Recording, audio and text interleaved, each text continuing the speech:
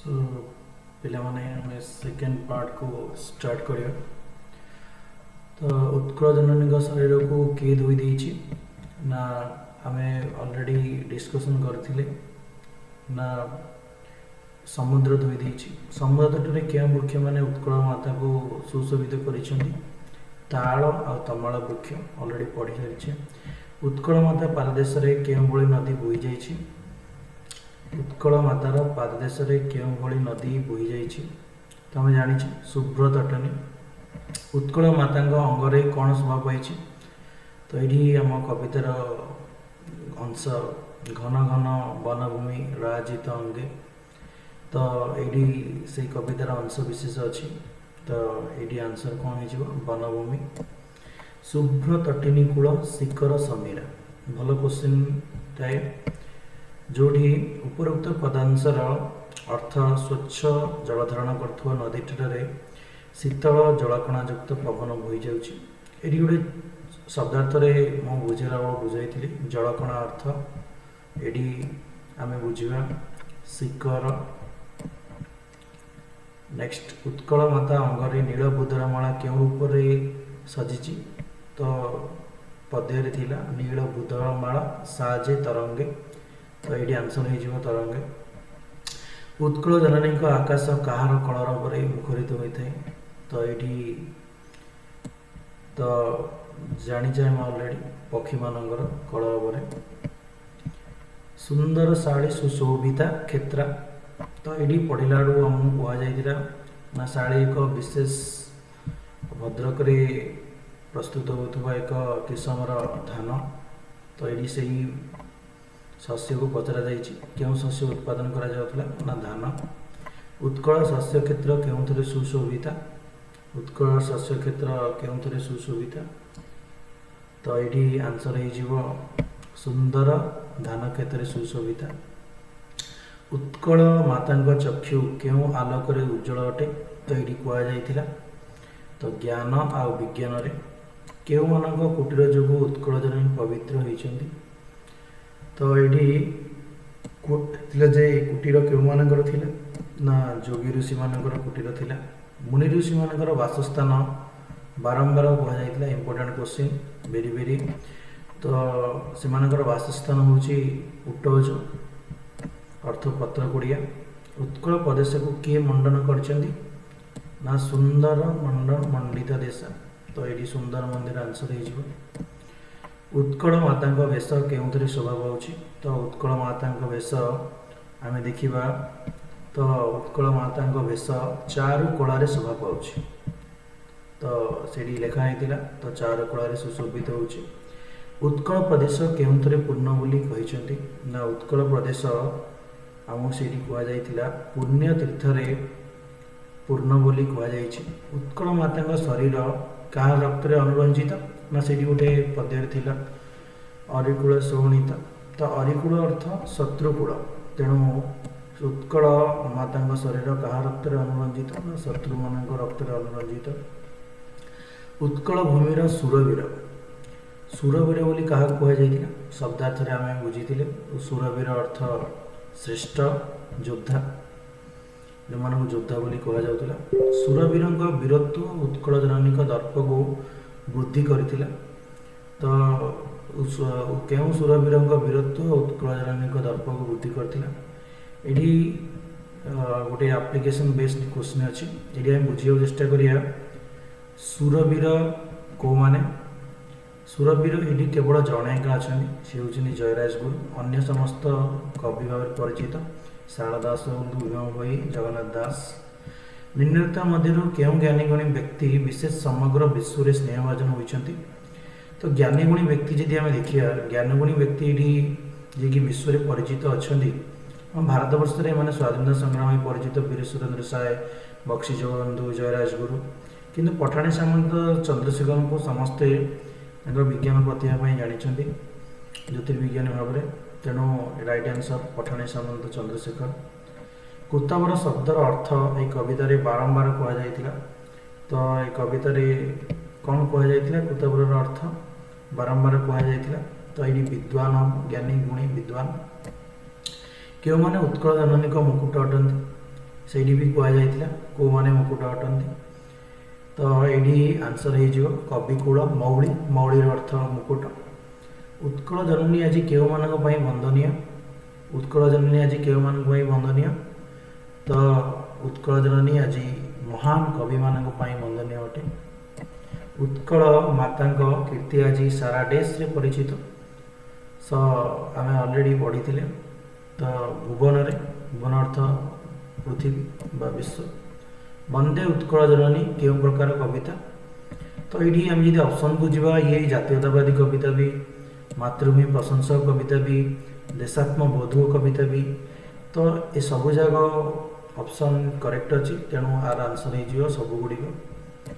ନିମ୍ନଲିଖିତ କବିତାରେ ଥିବା ପଦଗୁଡ଼ିକର ଅଂଶରେ ଖାଲି ଥିବା ସ୍ଥାନଗୁଡ଼ିକ ଉପଯୁକ୍ତ ପଦ ଦ୍ୱାରା ପୂର୍ଣ୍ଣ କରିବା। ତ ଏଇଠି ପଦ୍ୟାଂଶର କିଛି ଅଂଶ ଛଡ଼ାଯାଇଛି, ସେଇକୁ ଆମେ ମନେ ରଖିକିରି ପୂର୍ଣ୍ଣ କରିବା। ଚାରୁ ହାସମୟୀ, ଚାରୁ ଭାସମୟୀ। ତ ସେକେଣ୍ଡ ଅପସନ୍ ରାଇଟ୍ ହେଇଯିବ।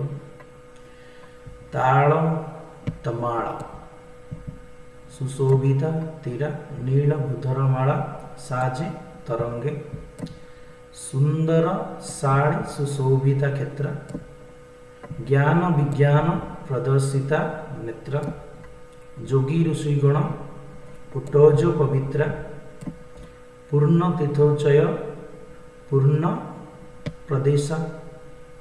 ତ ପୂର୍ଣ୍ଣ ତୀର୍ଥୋଚୟ ପୂର୍ଣ୍ଣ ପ୍ରଦେଶ। ଉତ୍କଳ ସୁରବୀର ଡେସ୍, ଉତ୍କଳ ସୁରବୀର ଦର୍ପିତ ଗେହା। ଉତ୍କଳ ସୁରବୀର ମାନଙ୍କର ବାସଭୂମି ହେଉଛି ଆମ ଉତ୍କଳ।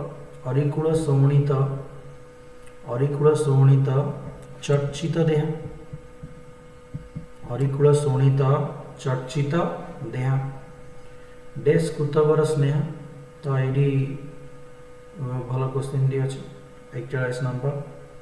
ତ ପୂର୍ଣ୍ଣ ତୀର୍ଥୋଚୟ କୃତବର ସ୍ନେହ। ତ କବିକୁଳ ମୌଳି, କବିକୁଳ ମୌଳି ସୁନନ୍ଦନ ବନ୍ଦ୍ୟା। ସୁନନ୍ଦନ ଅର୍ଥ ସୁପୁତ୍ର। ଭୁବନ ବିଘୋଷିତ କୀର୍ତ୍ତି ଅନିନ୍ଦ୍ୟା। ଧନ୍ୟ ପୁଣ୍ୟ ଚିର ଶରଣ୍ୟ। ଲାଷ୍ଟ ଆନ୍ସର ଏଇ ଧାଡ଼ିଟି। ତ এই ଶବ୍ଦ ଆମର MCQ ବହୁବିକଳ୍ପ ପ୍ରଶ୍ନ, ଇମ୍ପୋର୍ଟାଣ୍ଟ କ୍ୱେଶ୍ଚିନ୍ ସରିଗଲା। ତ ଏଇଠି କିଛି ଇମ୍ପୋର୍ଟାଣ୍ଟ ଦୀର୍ଘ ଉତ୍ତରମୂଳକ क्वेश्चन दिया जाइए जहाँ कि आम प्रैक्टिस करिपर। तो ये आम प्रथम लिखला बेलू सब ध्यान देवा। तो ये 5 मार्किया क्वेश्चन, तो 5 मार्क क्वेश्चन ये आमको आसो परीक्षा 5 मार्क। तो 5 मार्क क्वेश्चन को अटेंड कला सब आम स्टेपिंग उपर ध्यान देवा। तो प्रथम आम कवि परिचय रहा। वंदे उत्कल जननी पद्यटी विषय अर्थात लक्ष्मीकांत महापात्र विषय किसी लिखा पड़ो।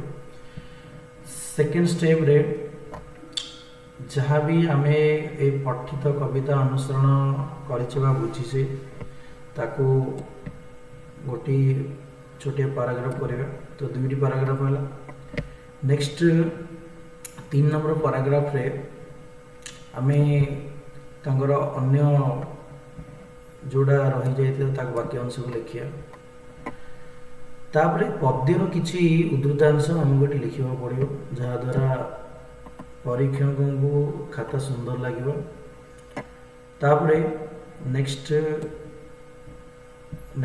अन्य स्टेप नेक्स्ट आउ किसी पैराग्राफ लिखा पड़ो। अर्थ पूरा कविता को सुंदर भाव में आम बुझी लिखा पड़ो। लास्ट में आम कनक्लूजन दवा। कनक्लूजन ना पाखापाखि 1 मार्क कटि जाए परीक्षक। तो आम जी देखा स्टेपिंग को 1 2 3 4 5 6 मिनिमम 6टी जदि आम पैराग्राफ लिखुचे ताहले ता सहित कवितार किसी अंश जदि लिखुचे आम तो पूरा 5 पाई बोर्ड एग्जाम रे। द्वितीय कोई वंदे उत्कल जननी गोटे जातीयतावादी और चेतनामूलक बा देशप्रीति भावोद्भव कविता भाव में कवि लेखन में किभली परिस्फुट होती वर्णना करने कहुई। ये भी आम प्रथम कवि परिचय को लिखा प्रथम स्टेप। सेकेंड कवितार जो जातीयतावादी विषय कहुई अर्थात आमर कृतवीर उत्कल गौरव मधुसूदन दास एम विषय जो कहुई विषय लिखा पड़ो। ये भी आम 6टी पाराग्राफ लिखा ता सहित कवितार उद्धृतांश को लिखा चेष्टा करिया। तो आपको भलकि प्रैक्टिस करवा आ बारंबार लिखा चेष्टा करवा। नेक्स्ट हूँ सरलार्थ सप्रसंग सरलार्थ अर्थ ये आम कवितार किसी 2 कि 3 धाड़ी ये दि जाइए से 2-3 धाड़ीर अर्थ को बुझिकी आम ताको लिखा। प्रथमे जदि आम स्टार्ट करिया तो ये सरलार्थ लिखला चारु डट डट डट डट जननी तो लास्ट लिखा उद्धृत चिन्ह। तापरे लिखिया शैली हूँ उद्धृत पद्यांशटी केउं कवि रचित ना कांतकवि लक्ष्मीकांत महापात्र रचित वंदे उत्कल कवितार वर्णित। तो ये क्या विषय कहुई ना उत्कल माता ममतामयी अमृतमयी जननी रूपे संबोधन करी तांको गुणगान वंदना कराଯାଇଛି। तापरे तार अर्थ लिखा ये 2 लाइन तापरे शेष कनक्लूजन दबा। ये कनक्लूजन पे 1 मार्क कटि जाए पे ध्यान दियंती नहीं। सेकेंड भी सेमिति सुंदर मंदिर डट डट डट डट छाड़ा जाइए संस्कृत पद्यांशटी रही पूरी तार अर्थ अर्थ रहा शेष तो कनक्लूजन देन इम्पोर्टाट क्वेश्चन कविकुल मौली सुंदर बंद्या भूमन विघोषित कीर्ति अनिंद्या कविकुल मौली डट डट संस्कृत पद्यांशटी कवि परिचय देन तार अर्थ देन तार उद्धृतांश अर्थ अनुसिद्धांत उत्कल सुरवीर डट डट डट डट चर्चित देहा देन संस्कृत पद्यांशटी कवि परिचय देन तार अर्थ देन कनक्लूजन। तो ये आम लिखा फुल 5/5 मिल पार। तो ये इम्पोर्टाट क्वेश्चन थिला बोर्ड पाई। नेक्स्ट आम अन्य किसी गुरुत्वपूर्ण प्रश्न को पार्ट 3 आलोचना करिबा। तो आज ये नेक्स्ट देखा पार्ट 3 रे। तो ये आज क्लास समाप्त होची।